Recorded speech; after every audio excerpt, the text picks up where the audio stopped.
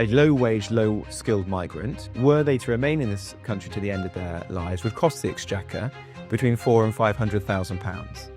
It is not sustainable to have energy prices in this country of 4, 5, 6 times that of the United States.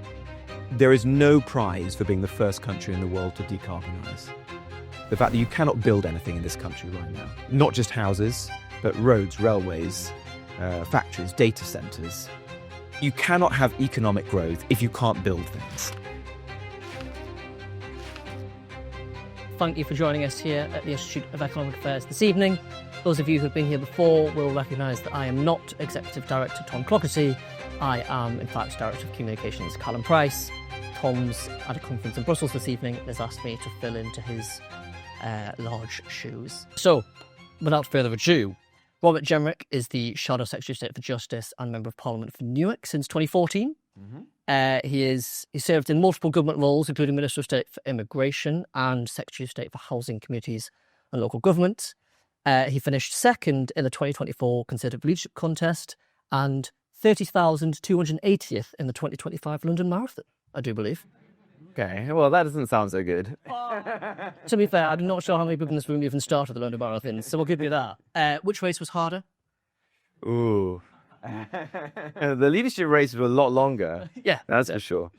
Well, thanks for joining us this evening. I'd like to start. This is the Institute of Economic Affairs. We'll start with a big economic question, and the thing that's been bugging us in this building for years, and is indeed bugging plenty of people across the political spectrum and divide today, which is, what are the biggest barriers to economic growth in the UK today, in your mind? Thank you. Well, good evening, ladies and gentlemen. It's a pleasure to be here. Thank you very much for the invitation. Well, that's the central question, isn't it? I mean, there are many things that I've campaigned on in recent years, whether that's immigration, crime, justice, integration, and maybe we'll speak about some of those. But the core of this country's problems right now is persistent low economic growth. And that has clearly been exacerbated over the course of the last 10 months by the actions of this Labour government, the decision to talk the economy down, as Rachel Reeves did over the summer, and then the tax rises that have come in afterwards, and the Treasury mindset that generated some of those in the false hope that they would generate far more tax revenue than they have proven to. Some, it's unclear whether they'll generate any tax revenue at all, has left us in the position that we are today.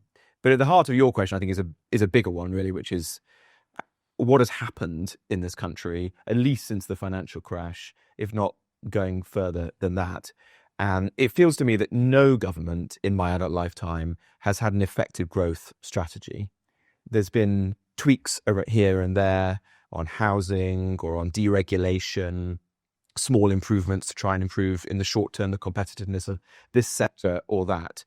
But overall, it's left us extremely exposed as an economy.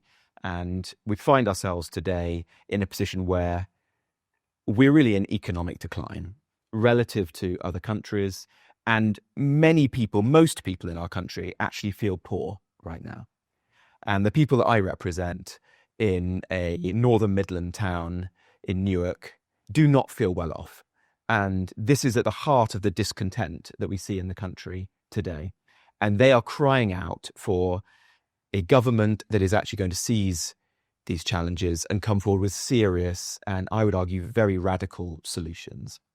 What might they be? Well, the two things I have campaigned on most in this space in recent years are, firstly, to have a fundamentally different energy policy as a country, and for us to set our objective that we want to pursue cheap and reliable energy.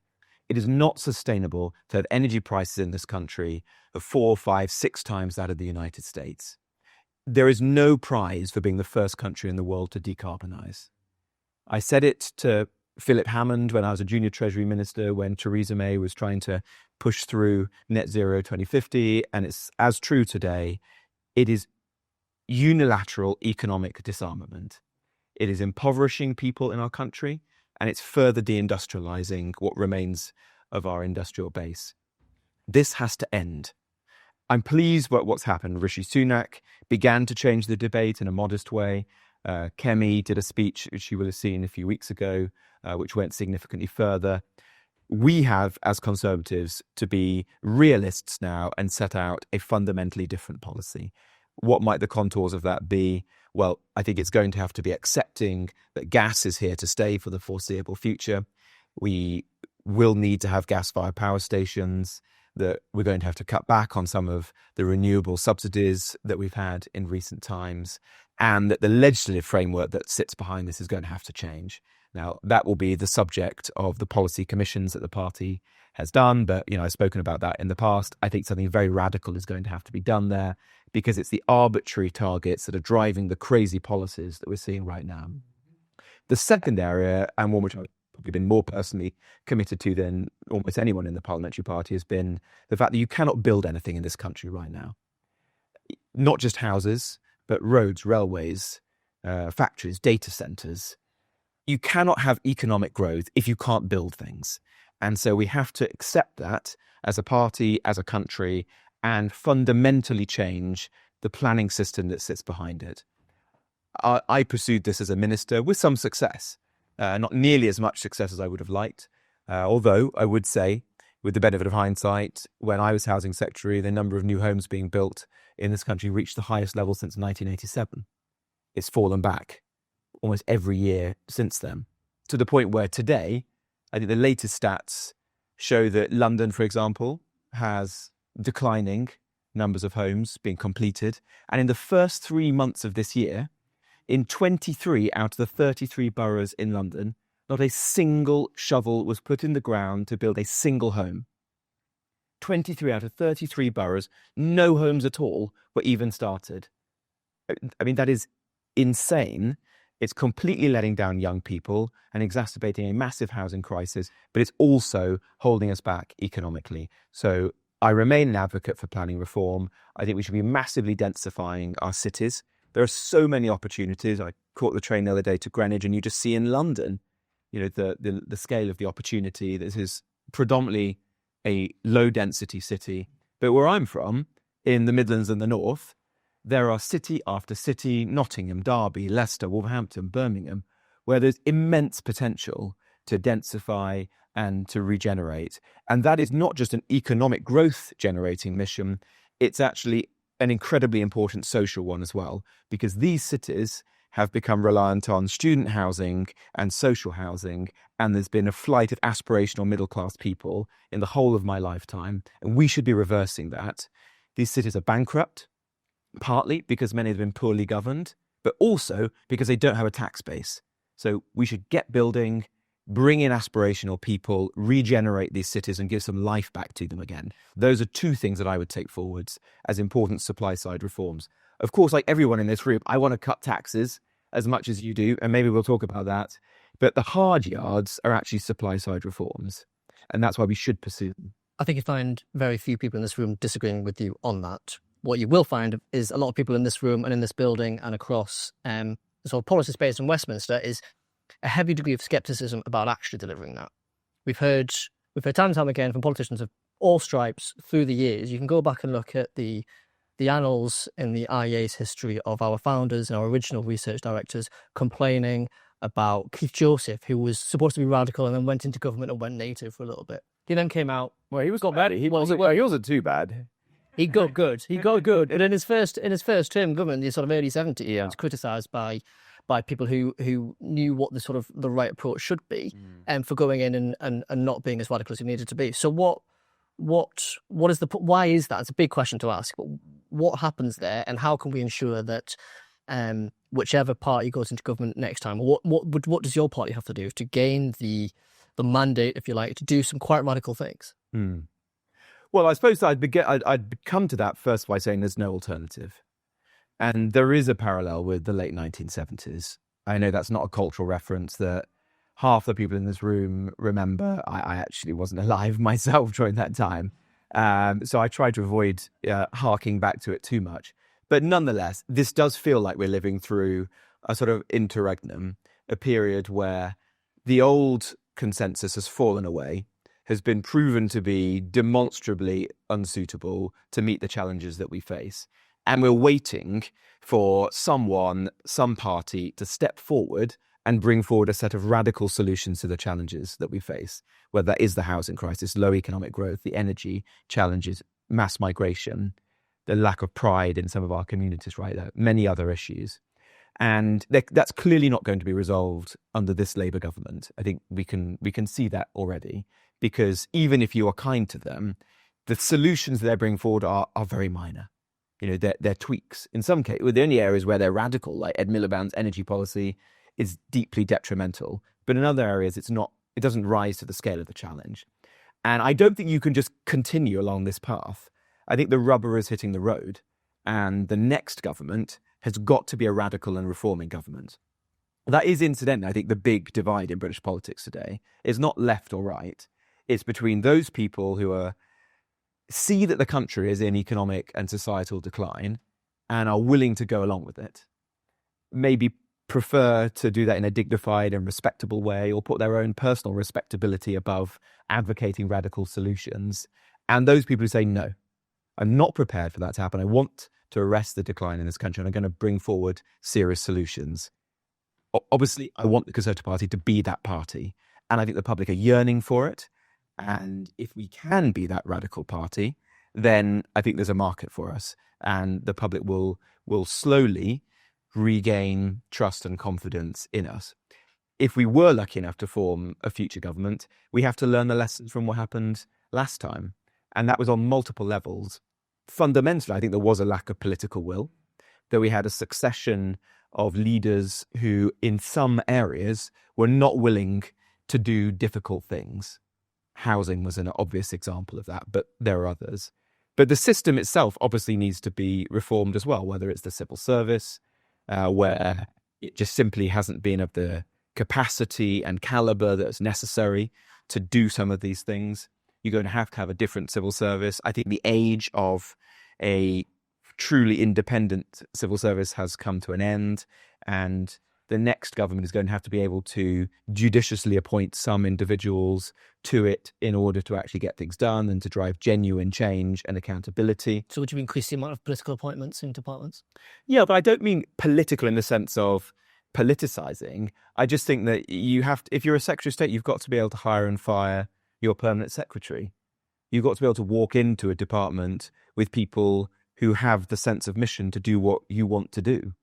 If you want to do things that are highly complex legally, you should be able to appoint a general counsel who is somebody is going to have a can-do attitude and come forward with the right legal advice for you to make the changes that you want to have.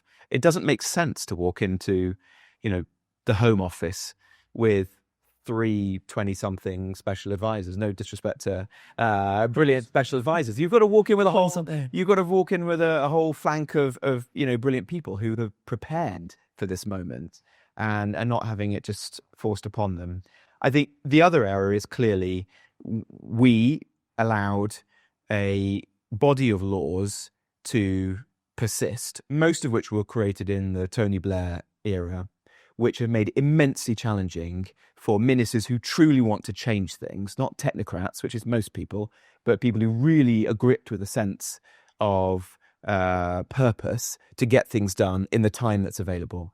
And, many of you will have discussed that, whether it's the Human Rights Act, the Equalities Act, the Climate Change Act. I've been a long advocate of carefully preparing something akin to a Great Repeal Act, where we enter government with a set of detailed and sophisticated proposals to change or unwind as much of that as we can do. Hopefully, that is exactly the sort of thing that we're going to do as a party in the months ahead with the policy process that's been set in train. And then lastly, if I may, we have to unwind the sort of quangocracy that has been established in this country. It was born, maybe even influenced by the IEA, by good intent back in the 80s as a desire to bring private sector ethos into the delivery of certain aspects of the public services, but it's been twisted out of all, proportion. Margaret Thatcher and its original proponents would turn in their grave if they could see what it's become today. We should be returning that to ministers so that ministers ultimately have responsibility and they're accountable to Parliament and then to the people. There's an interesting sort of dichotomy about how you get rid of the quangocracy, though, isn't there? There is A, that option of B, basically sort of subsuming the work of government of quangos into the power of ministers, which is, on one sense, makes a lot of sense, because these people are ultimately held accountable. Wes Streeting would always be held accountable for the NHS, as all of his predecessors. Saying, "Oh, it's actually the job of NHS England," isn't going to get you away from that. So he's probably done quite a prudent thing in getting rid of that. But actually, is it not about also just lopping off parts of the quangocracy altogether and saying that the government shouldn't be, maybe not necessarily, well, arguably NHS, but other areas? Football regulators is an easy example, but are there not areas where you don't actually want to move into government? You actually just want to say, actually, this isn't the role of the government at all.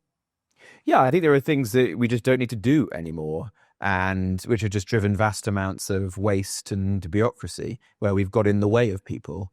And it's hard as a minister to fight that, because actually there's all manner of campaign groups that advocate for those functions. Although in my own experience as a minister, although there's usually a massive fight when you deregulate, it very rarely turns out to be as bad as it seems. And very quickly people stop talking about those things. I mean, during COVID, when I was housing secretary, we probably did more everyday deregulation than any other group during the whole of the last 14 years.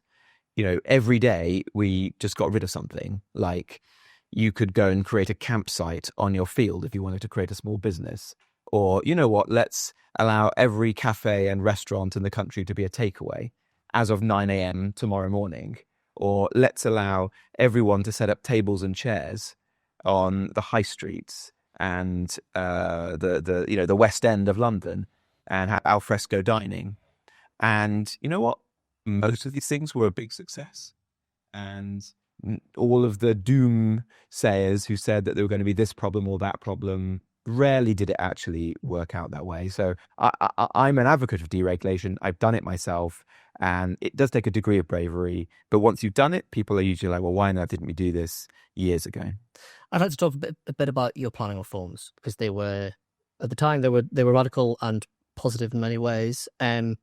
Ultimately, lots of them didn't come to fruition because of effectively political pressures, NIMBYs, whatever you'd like to call it. What do you, looking back, what do you regret about that process? What would you have done differently? And if you had a chance again, what would you do next time? And did they go far enough? Well, I have no regrets in the sense that I would do it again tomorrow.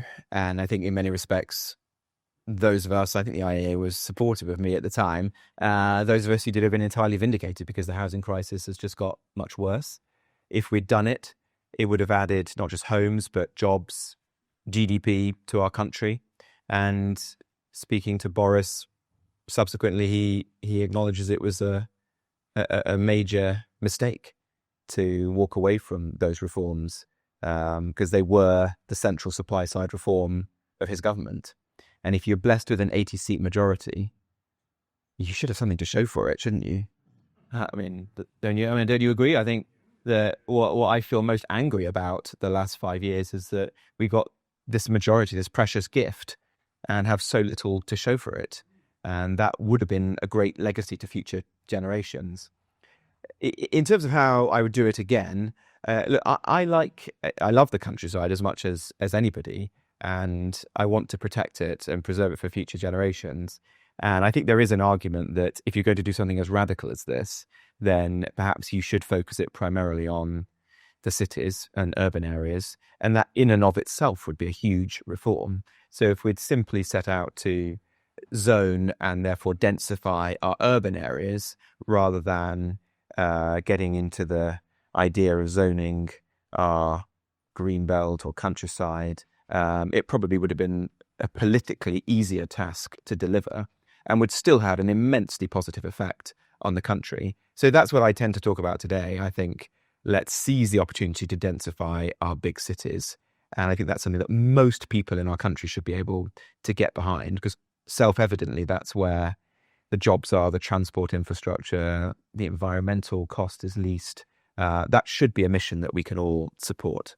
The Labour Party might be doing you a favour at the moment, because Sadiq Khan last week announced that he's going to basically we're going to start thinking about building on the green belt in London. I mean, that'll be sort of down the line, but Sadiq has made the political judgment that that risk is worth taking. So it may be that if you won an election in 5 years' time, that actually the Green Belt beast has been slain somewhat in terms of political viability. But that will only happen if your party now accepts that actually we may need to be a bit realistic about some of this Green Belt. We can't deliver everything we need. You're right that building in sort of urban areas is definitely better than nothing and will certainly help. But in terms of the scale of the problem, we need to be, I think many people would say we do need to be realistic about the Green Belt. So is there a risk that you build a trap for yourself by putting up too much opposition to what the Labour Party are doing now with the Green Belt, for example? Well, as a general rule, I think we should gain the trust of the public by being judicious in what we oppose in opposition, because I think people will respect us more if there are some areas where we acknowledge that Labour are getting things right. So, for example, when I was asked whether I thought it was a good idea to abolish NHS England the morning it happened, I said, yes, I did think it was the right thing to do. And someone said, do you regret that your government didn't do it? And I said, yes, I do regret it. And so I think that's a more honest way to conduct ourselves. What else are they getting right? Quickly. I think Angela Rayner's planning reforms have some benefit, have some strengths to them. Where I disagree with her is that she has opted for almost the opposite approach of what I've just set out, in that she's chosen to reduce the housing targets in our urban areas and hike them in the rural areas. And that is obviously political, but makes no economic sense whatsoever.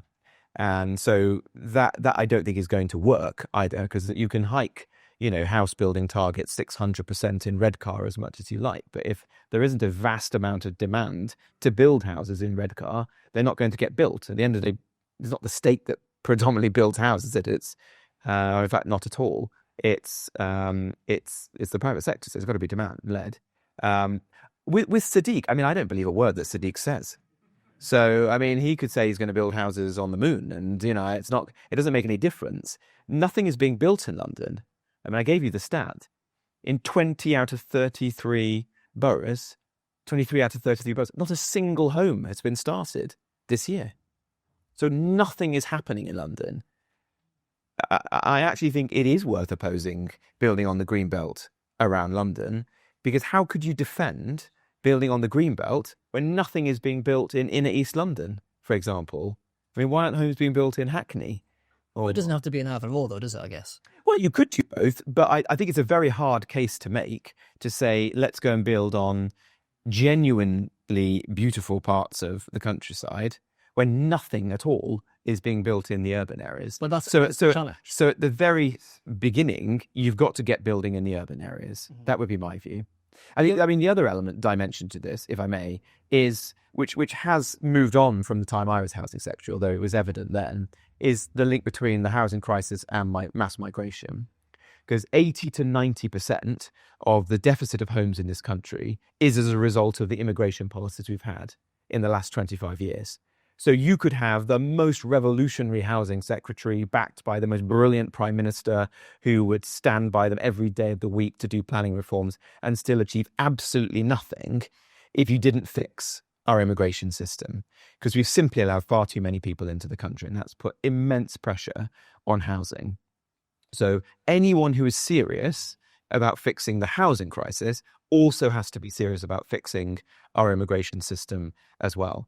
And we who want to help young people onto the housing ladder have to also encourage young people to understand the obvious causal link between migration and the fact that they can't buy a home, or they're spending 40-50% of their salary on rent.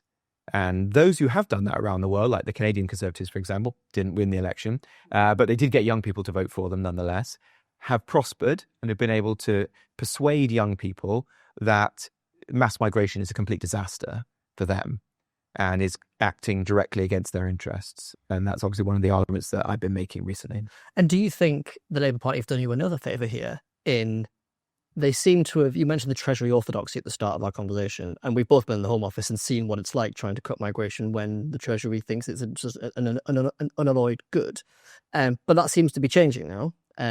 Credit to whoever you want to give credit to. Does it? Does it seem to be changing? Well, in terms of narrative, narrative. positions. Narrative is the problem with immigration. You've had there's a sort of dustbin of history of Home Secretaries who go out onto the media and say, I'm going to stop the boats, I'm going to cut migration, I'm the toughest person there's ever been.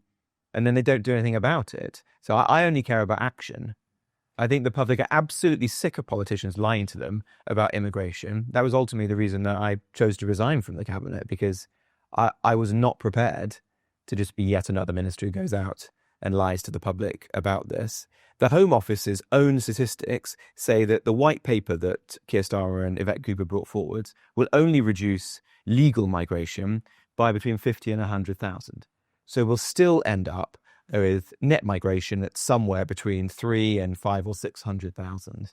I want to return legal migration to its historic norm, whether that's tens of thousands or lower, a level which is actually sustainable in terms of housing, infrastructure, and actually just integrating people into this country. Because although I care about the economic dimension of this and have long argued that this is actually making us poorer, not richer, I also think our country is becoming massively divided, and the country is changing before people's eyes as a result of mass migration. We've got to stop that. So how do you get the Treasury on board with that?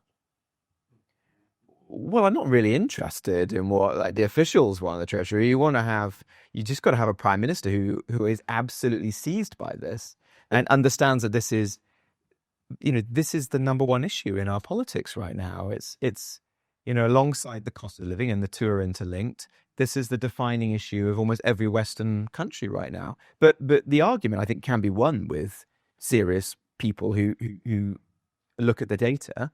The data is very poor, and we slowly got to the point where it's improving, and even the OBR have started to do work into it. But I think it's pretty clear now that most of the people who've come into our country in recent years have been low-wage, low-skilled migrants. And those people have made us poorer. I am all for this country being the grammar school of the Western world. Let's let in the best and the brightest who are going to be genuine economic contributors to our country. But don't be fooled that that's what's happened in recent years. Far from it. And I think the OBR's own research last summer showed, which we pushed them to do, that a low-wage, low-skilled migrant, which is the majority of people who've entered our country in recent years, were they to remain in this country to the end of their lives, would cost the Exchequer between £400,000 and £500,000. We can't afford that. That's not making us richer. That's a false economy.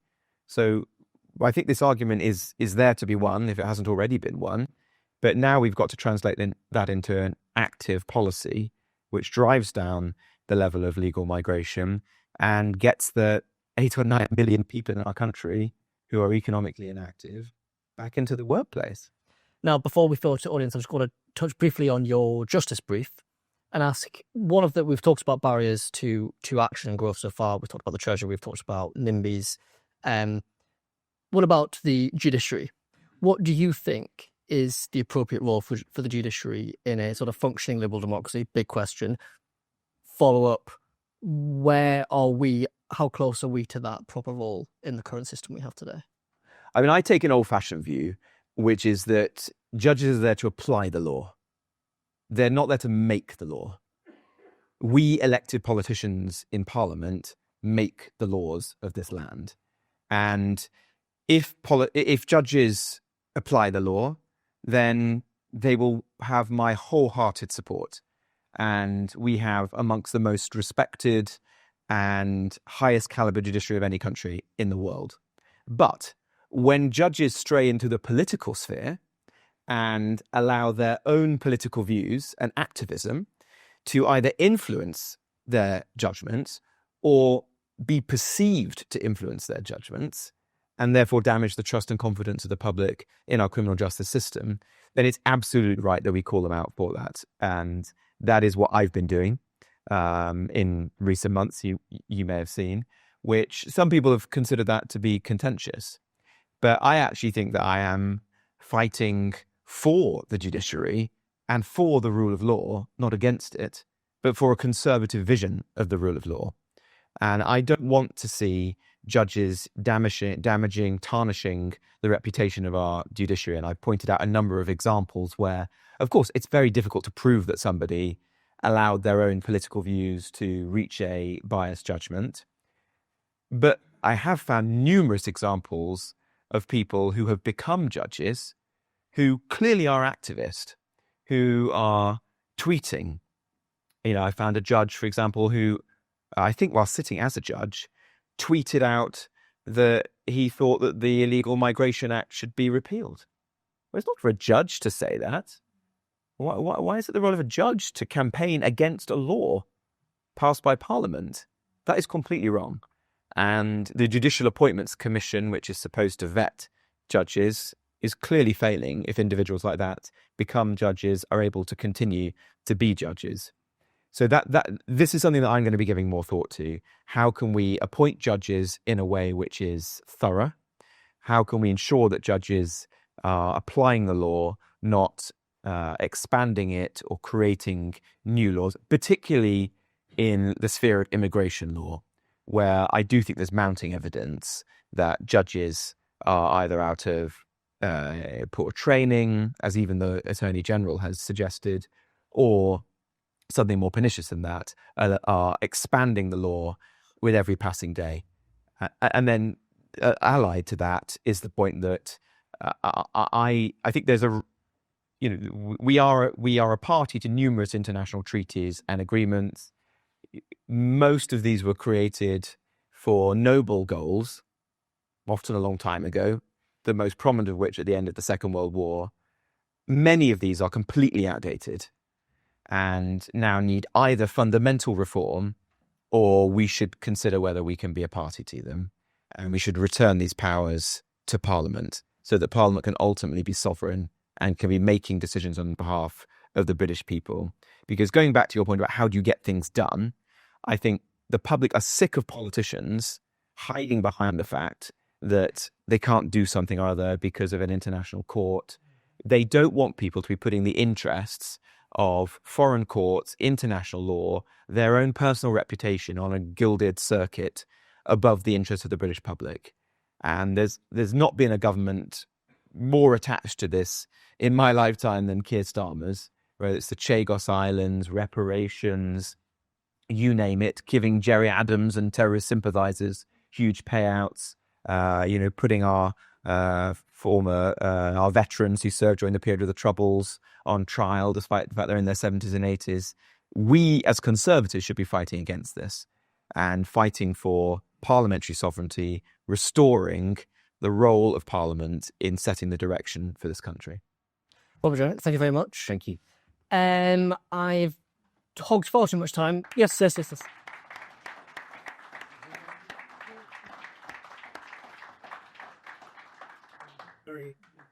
Hands up if you'd like to ask a question. We should have roving mics. If not, we could probably just shout. We'll go first, the furthest most on my right here, and then behind Peter afterwards, if that's all right. This lady here first, and then Peter afterwards. Yeah. Thank you. Also, thank you so much, Robert, for taking the time to come and speak to us and for speaking so inspiringly. Such a refreshing and all come your head. All these wonderful words. My question is specifically about the youth and how to galvanize and inspire the youth and young people to vote Conservative. I'm currently undergoing the council candidate selection process, and one thing that I find is that there are very few young people who are inspired by the offering of the Conservative Party currently. You also mentioned, interestingly, a sort of divide between those who are pushing for radical reformist policies and who have that idea, and those who shy away from taking a more radical approach to policy. Do you find that you yourself are a minority in the party? Is that something that we can do systemically to politics? And I'd love to hear your thoughts on that question. Thank you. Well, thank you. Well, look, I think even if I think about myself, I think I've become increasingly radicalized over the years. Radicalized by the facts, I like to think. But no, in fairness, when I first went into politics, I'm a pragmatist. not an ideologue. And I generally had a sense that most things were broadly working in our country. And then over time, I've increasingly come to the view that that's not right. And I saw that as housing secretary with the housing crisis. I saw it during COVID, where the British state struggled to really do much at all. And even some of the, professed successes have turned out not to be so with the passage of time. And I saw it very profoundly when I was immigration minister, because I walked into a government department that was really in ashes. And unlike a lot of ministers, I would argue, I actually went to see the consequences of this failure. I went to the asylum hotels. I went to meet people who live on the estates by the cliffs of Dover, where they've had migrants come into their homes and intimidate them. I went to see communities that have been absolutely transformed by legal migration. Places like the centre of Luton, where I think more than 50% of people today were not born in this country. Places like Dagenham, where the white British population has fallen by something like 50% in the course of the last 25 years. And understandably, as anyone would do, many residents feel this just isn't the place that they knew and grew up in. The pace of change has been so fast. And the state seemed to be completely incapable of addressing any of these challenges. And so I have come to the view that the country desperately needs a government that's going to grip it and deliver some very radical changes.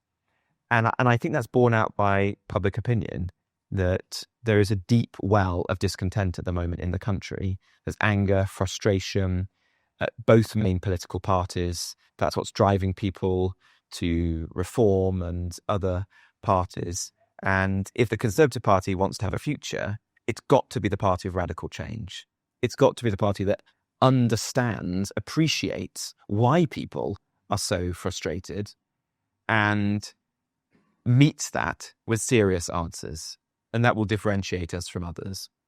In terms of young people, I'm not as pessimistic as some people are on this, because I think in this country, as in most Western countries, there are lots of young people now who are coming to our point of view, by which I don't mean the Conservative Party, but the politics of the centre-right, particularly young men, but also women, but statistically more young men than women. And a number of political parties around the world have been able to harness that. As I said, Canada didn't win, but they still did extremely well with people in their 20s and 30s. In the United States, the Republicans have, and there are examples in Europe as well. So I think it can be done. It's not currently happening for the Conservative Party. So we've got to change that and change it fast. There's no magic formula, but I think you've got to have an offer for young people. We've spoken about housing. There will be other things we could do as well in terms of making people's lives better when they're just starting out in life. We can't just be a party that sets out to appeal to the well-off or the retired. We have to be thinking about how we can lower taxes, help people onto the housing ladder, improve quality of life for people in their 20s, which in many respects are the hardest period of people's lives. They're trying to get started in life, build a family, put down roots, start a business. And we've got to be able to communicate with young people. And there, I think the Conservative Party really has got to put its foot on the gas, because we have been nowhere in recent years when it comes to social media. And we've got to seize that and start selling our message to young people in the way that some of our rivals are. I think it can be done. And actually, for an opposition, it's an amazing gift, because you can reach above the mainstream media and speak directly to people.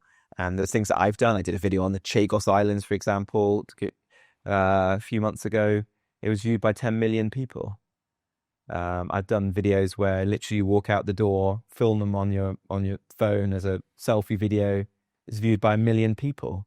I write a weekly column for the Telegraph, and you spend hours agonizing over it. But yet in 5 minutes, you can film a video that's viewed by far more people. So there's an incredible gift with social media, the ability to communicate with people, particularly younger generations. And I hold myself, as accountable as anybody is this. Those of us who are in the Conservative Party, in the shadow cabinet, in the sort of the leadership of it right now, we've got to be so much better. Let's just say nothing against our friends at the Telegraph, of course. Peter, we'll go here first. There's a mic behind you, if you wouldn't mind just using that. Thank you. A potentially slightly more tricky question. When Keir Starmer took over as Labour leader, one of the first things he did to try and detoxify the party was basically to disown Jeremy Corbyn's time as the Labour leader. And when Kemi took over, she said she was going to deal with as many hard truths as needed. I think a lot of voters would probably accept that certainly Liz Truss, potentially Boris Johnson, were not up to the job. And you have yourself said that the majority of 2019 was kind of squandered, not much got done. Do you think there could come a moment where to re-establish Conservatives as a serious and different party, one that moves on from the 14 years in power, you might have to be a bit more honest about the legacy of Boris Johnson and Liz Truss? Well, I would argue that I've been painfully honest about the mistakes of the last Conservative government. I mean, I was the only person to resign from the cabinet of that period, and that wasn't easy actually at the time. You know, I lost friends. It was a hard decision, not one that I took lightly, but I did it because I wasn't willing to go along with what was happening at that time. I think you have to be painfully honest because we let the public down on a number of different areas. Migration was probably the most significant and corrosive, but the tax burden is another one where people felt that it was fundamentally unconservative, the way that we behaved and the size of the state that grew up around it. Now, obviously, there were massive headwinds. It was an almost unique period in that we faced COVID, followed by the inflationary spike that came afterwards, then the war in Ukraine, which drove the energy crisis that followed that. So there were explanations for some of those things, not all, but some. But I think we have to begin by being honest. And it's only when you do that that you can begin to regain people's trust and confidence. I don't think just self-flagellating, though, is the answer. I think you show rather than tell. You know, if you do something wrong, if you just go around saying sorry all the time, it only gets you so far, doesn't it? You've actually got to demonstrate that you've learnt your lesson and that this is a fundamentally different Conservative Party to the one that came before. And if you look at other parties that have turned around their fortunes, whether it was, and these are all, there's no direct parallels, but whether it was Margaret Thatcher choosing to turn decisively from the post-war consensus and the policies of Ted Heath, whether it was Tony Blair and Clause 4, or frankly, Keir Starmer choosing to kick out Jeremy Corbyn, I think parties that want to recover have to slay some demons and confront some of the shibboleths. And that's what I think we should be doing now. Talked about some of them in the past. I mean, it's very clearly we need to say on immigration that we are no longer a party of open borders. And those people, I think there are very few people who still subscribe to that philosophy. This is not the party for you. Excellent. We'll do back-to-back questions now, if that's all right. At the front row here, and then we'll take one from the far left here. That's all right. Thank you.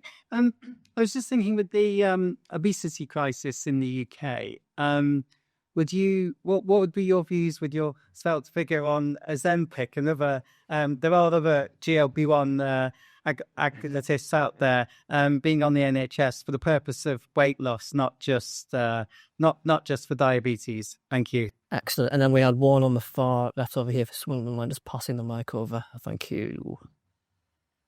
It's great to hear you talking about a radical agenda and some of the things which need to change.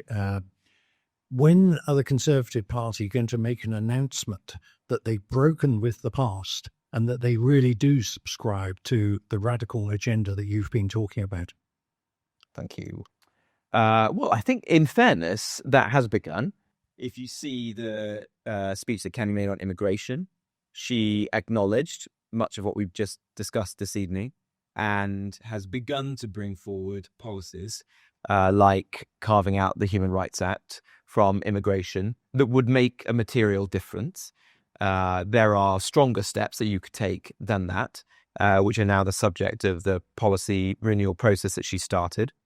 Kemi did the speech on net zero, which I think has helped to turn the page on that period and to end the cozy consensus that have existed that net zero was an unalloyed good.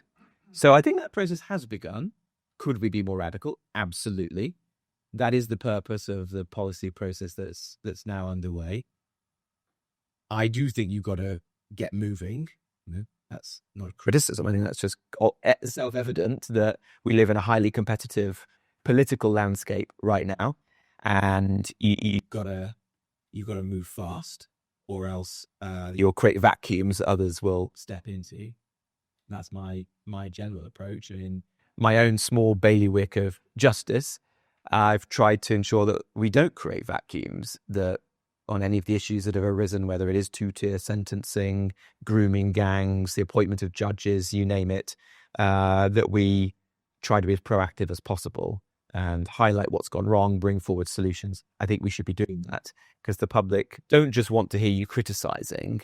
They also want to hear that you've got some answers to those challenges. In terms of weight loss, thanks for that. It's sort of a backhanded compliment, but well, I did. Yeah, I mean, I've decided not to lie about this when I was asked previously, "What's the point? Life's too short." So I said that I did use it, and it was very effective. I mean, it wasn't the long-term solution. In the end, I got out running and did the things that really get you fit in a sustainable way. But I think there is a role for some of these incredible revolutionary weight loss drugs on the NHS, and they shouldn't just be a preserve of better off people who can afford them, because I suspect you can drive massive savings for the NHS and therefore for the taxpayer, and all of us in this room would want to see a smaller state and lower taxes by taking this up. And I read what Wes Streeting and others say. I think we did Tony Blair say we should post Ozempic to people who don't even want it. I mean, I think that is an extreme. That is an extreme. But I think there is a role for this. And look, the NHS, immensely expensive. We've treated it like a religion rather than a public service that should be reformed. Its only saving grace is the potential that technology, new drugs, AI have to make it sustainable. So where there are opportunities, we should seize them. Fantastic. We'll take a couple. We'll take two from the back, Dan, yourself, and then standing up, tall gentleman with the blue tie. Hello. You talked a bit about what a mess Birmingham is currently. As you'll probably know, a large part of the reason Birmingham is in a mess is it has no money, in large part because the city council was bankrupted by an equal pay suit that it lost. Does the law need to change in this area? Good question. So I'll just say thank you for your speech. Enjoyed pretty much everything that you've said. You only mentioned the word reform with a capital R once. How do the Conservatives regain a leading position as the alternative vote in this country while Kemi is still leader? Right. Look, my view on reform is that we have to be better than them. And we've got to be better than them each and every day. And that's the way that over time, I don't think it will be easy. I'm a realist about this. I think it will be hard. But over time, we can begin to win back the trust and the confidence of the voters that we've lost. And the Conservative Party's objective should be to put reform out of business. To send Nigel Farage back to retirement. I don't know, maybe he's in the south of France right now, isn't he? So maybe he's scoping out his retirement villa. But that's what we should be setting out to do, not create a pact or a coalition with them. But I don't think it's going to be easy because people are very angry and frustrated with the Conservative Party right now. And I share some of that anger and frustration. and I understand the place that it comes from. But I do think it can be done. And I don't think that we adopt an attitude of denigrating reform. I don't think that gets you very far. It's not about the personalities within reform. I think by doing that, you denigrate the voters. And I want those voters to come back to the Conservative Party. I want them to view us once again as their natural home. And to do that, it is to be painfully honest about the mistakes that we've made, and then to appear to have changed, and changed quite fundamentally as a party, so that the Conservative Party of 2010 to 2024 has drawn to a close and something new has emerged, and then to bring forward serious and credible answers to the challenges that those people want us to address, whether it is mass migration, whether it is our energy policies, whether it's the fact that living standards are so low in this country. I think if we do those things, then we can begin to get those people back. And that's what we should be focused on right now. It's not the only thing we should be focused on, because we've got to build a coalition of voters, but it's absolutely critical to the future of the party. And to your point, sir, I think we probably do need to look again at that legal situation, and probably should have done previously. And perhaps it's an example of governments not fixing things and allowing them to fester that then end up having very significant knock-on effects. I do think that Labour are a terrible council in Birmingham, nonetheless. I mean, it's an appallingly run city. I saw that when I was Secretary of State, and it's even more so today. I went to Hamsworth in Birmingham with GB News even before the bin strike started to create a video there about litter within the city. And it was as close as you can come in our country to a third world country. And that makes me feel sad. I don't want people to be living in those conditions. And there was a range of reasons behind that. But one was the fact that the city council let the public down so badly. Excellent. Two good questions. Thank you, John at the front, and then we'll go with Martin there. My whole adult political life, the Conservatives had been accused of being the efficient but nasty party. And I'd never accepted it. I've always thought that conservatism is the kindest approach, and socialism is actually ultimately quite sort of coercive thing. One of my frustrations has been over 40 years, because then the ministers are generally not trying to make the moral case for conservatism, the kind of kindliness, the kind of, it's always been, we're nasty, but it's efficient. And so the kind of young boat, the heartfelt boat sort of tacks away. But hearing you tonight, is that very passionate about it all. And I think we need a sort of crusading zeal. I actually think we've got to go and make the moral case for conservatism, like Thatcher did, to say it's not just it benefits the well-off or the rich or whatever, but it benefits everybody, and explain why it benefits everybody. And I think you've got to go out there and sell that case. And so I'm asking you whether you will take on that sort of moral crusading natural. Very good. Thank you. And we have one Martin here. Mike's there, yeah. Cheers.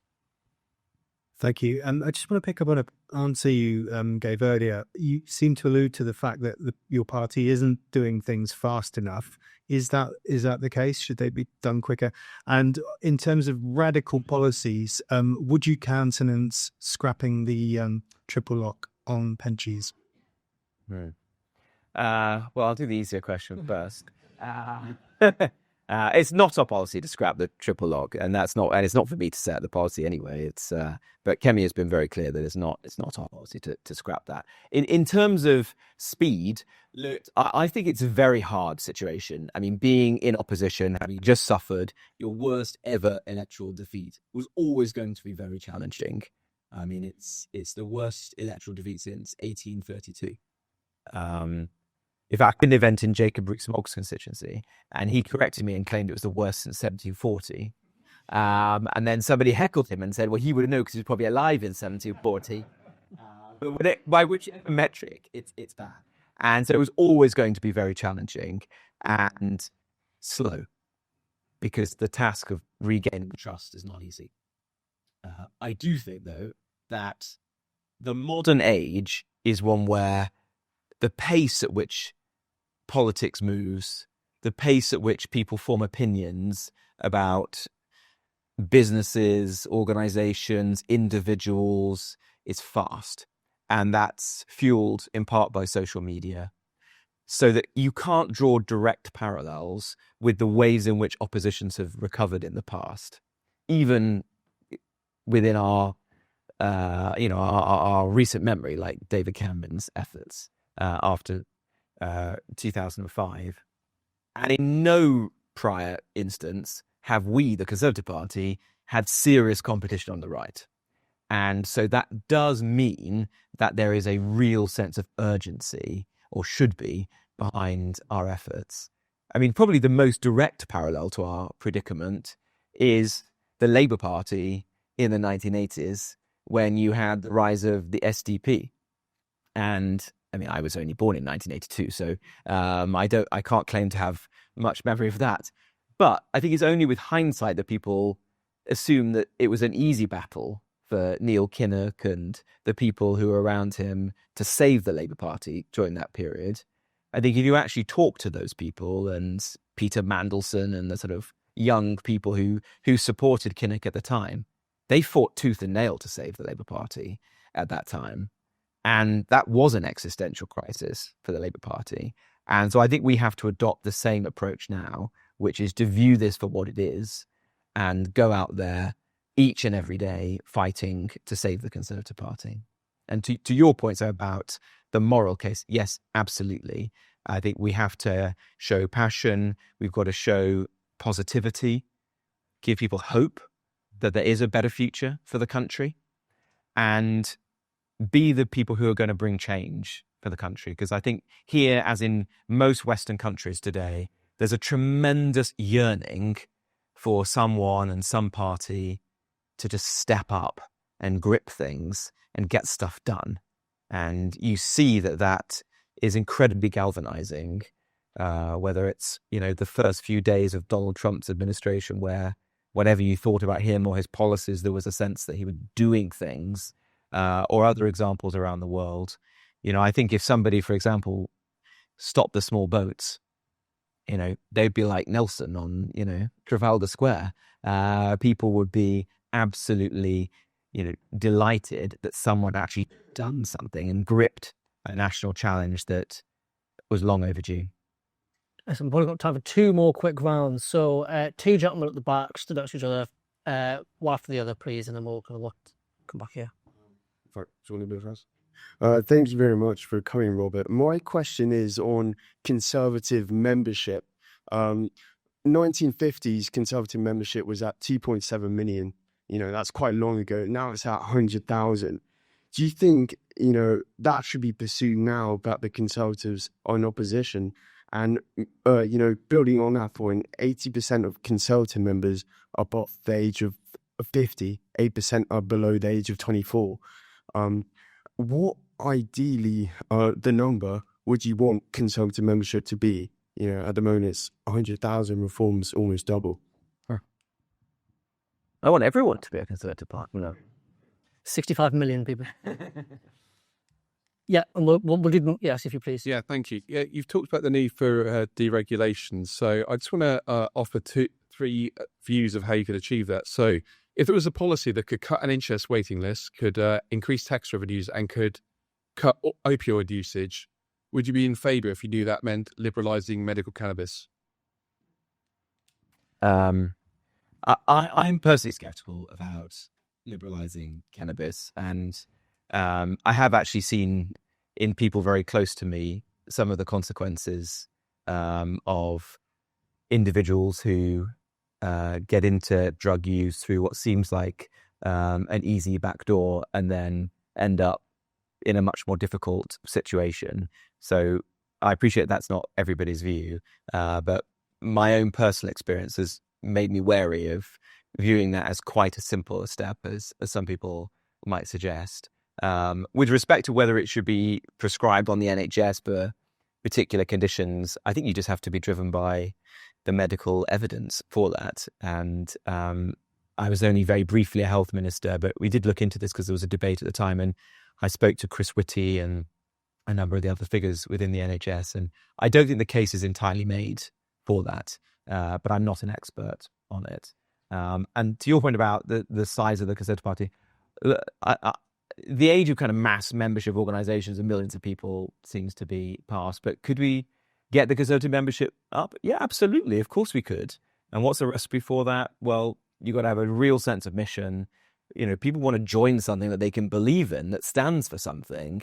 So at the heart of this is what I hope is now happening in the party, which is rediscovering its principles and its values, so that, if you put on a blue rosette in an election, you know what it stands for and you feel pride in wearing it. And you join the party because you think that this is a collective endeavour to turn the country around and to rescue it from its current state. If we can do that, then we can get people to join us once again. And I believe we can get young people to support us. I really do. And in some of the campaigns that I've fought in recent times, actually, there's a lot of young people who've been involved, a lot of young Conservatives. And so for my small part in that, I want to do everything I can to support, to nurture people like yourself. Fantastic. We'll try and cram in one last batch. There was some gentlemen here. The three on this side of the room, please. And then if we can, we'll squeeze one last in. If you had your hand up on this side of the room, just stick it a bit higher so the mics can get to you. Fantastic. Yeah. You mentioned twice tax votes. That is only way these orgs get a grip of our rather bloated social welfare system. How would you attack that problem? Very good. And nice and brief as well. Appreciate that. Ed Davis here in the front. Thank you. A similar question. Thank you. Similar question. You spoke about the need to be radical, have radical reform. What would that mean for the Conservative Party in terms of tax? And do you personally have a view of what the sort of the ideal percentage of tax versus GDP should be in an economy like the UK? It's about 35% at the moment, I think, or just under. Someone from the TPA will correct me if I'm wrong on that. 45%, I think is this. Yeah, sure. There we go. Thank you for a really interesting talk. Just on the point about energy, you mentioned the need to roll back on the pledges on net zero and to exploit gas. So as a response to that, to deal with our world beating sort of high industrial and domestic energy prices. Would that include legalizing fracking, and even in the case of local opposition, if it were necessary? Thank you. So that's reforming the welfare state, cutting taxes, and a more sensible approach to energy policy, which feels like a lovely way to finish. Yeah, 3 super easy questions. Well, on the first one, on the size of the state, we obviously need to tackle it. There are small things that you could do, which are nonetheless important. Like, I've always been an advocate of getting the size of the civil service down, and it was a great shame that we allowed it to rise over the period of Brexit and then COVID. We began to reduce it. One of Rachel Reeves' first steps was to reverse that as soon as she came in to office. They now seem to be doing the opposite. Who knows where they'll get to with that. In the summer, I advocated that we should take our aid budget and spend it on defence. Keir Starmer called me a populist. Morgan McSweeney then told him to do it. And so, like a hostage situation, he read it out, and that's now Labour Party policy. I think that would be a sensible thing, because I don't really believe in soft power. I don't think it really exists. But if you were faced with a choice between soft power and hard power, then every single day of the week you choose hard power. So we should be doing that. But the heart of it really is welfare, isn't it? And so you're never going to get a grip unless you can get some of the millions of people who are currently on welfare back into the workplace. And Labour have done some policies. I think that they don't go far enough. And we as a party need to come forward with serious and much more substantial policies to help those people, both for economic reasons and just for a moral case as well, because it's completely wrong that particularly young people are wasting the best years of their lives on welfare, sometimes under the guise of mental health, and not actually out there in the workplace, building a career, having a fulfilling life. What's the second question? The optimum tax rate. Oh, right. I shouldn't have asked you what that question was. I hesitate before setting a level. I think it's too high today. I think we can all agree that it's too high, and so we've got to find ways of bringing it down. But I do think that as Conservatives, was exemplified in the period around the mini budget. The easiest thing to do is just to cut taxes. And I would like to cut taxes as much as the next person. The much harder thing to do is supply side reforms. And actually, if you look back to the Thatcher government, yes, eventually they did cut taxes, but their great lasting achievements actually were the supply side reforms, many of which were deeply unpopular at the time. The ends were popular, but the policies to deliver them were often deeply unpopular. So, and I think we should do tough things. And I hope in some of the policies that I've done, like pursuing housing reform, you've seen that I'm willing to do that as well. And then lastly, a more sensible approach to energy policy, including fracking. Oh, on fracking. Well, I voted for fracking when I was first elected, and it was our party's policy. There were at the time fracking licenses in my constituency in North Nottinghamshire, and I attended public meetings in which I defended fracking and tried to assuage people's concerns. I found it strange that a community which was so associated with mining might turn its back on something that was not altogether different and which would create jobs and prosperity. I don't think it's very likely that there will be fracking in this country, because I think most of the investors now consider that the political will is not there and that they're not going to go and invest hundreds of millions or billions of pounds in fracking projects here. So I think it's pretty unlikely that this will happen anytime soon. But were there opportunities, I personally would be willing to advocate for them, as I did recently when near my constituency in the Nottinghamshire-Lincolnshire border, there was a discovery of a potential opportunity there. And I certainly am very angry at Ed Miliband's insane idea of concreting over our fracking wells like the one in Lancashire, because it seems to me completely mad that were we, God forbid, in some terrible situation like a war and desperately needed to have access to this, that we'd find ourselves in a position where the well which we'd already drilled was concreted over. And I did a program for GB News about this, where I drew the comparison between this and some oil wells in my constituency at a place called Eakring, which Winston Churchill opened up to get the fuel for the Lancaster bombers and the Spitfires at the height of the Blitz and the Battle of Britain. And how mad would it be that we wouldn't be in a similar position today because our energy secretary was a net zero ideologue? And I think history is going to be very unkind to Ed Miliband. That is, I'm afraid, all we've got time for. Thank you all for joining us this evening, ladies and gentlemen. And if you'd like to join me in Tanzania, thank you.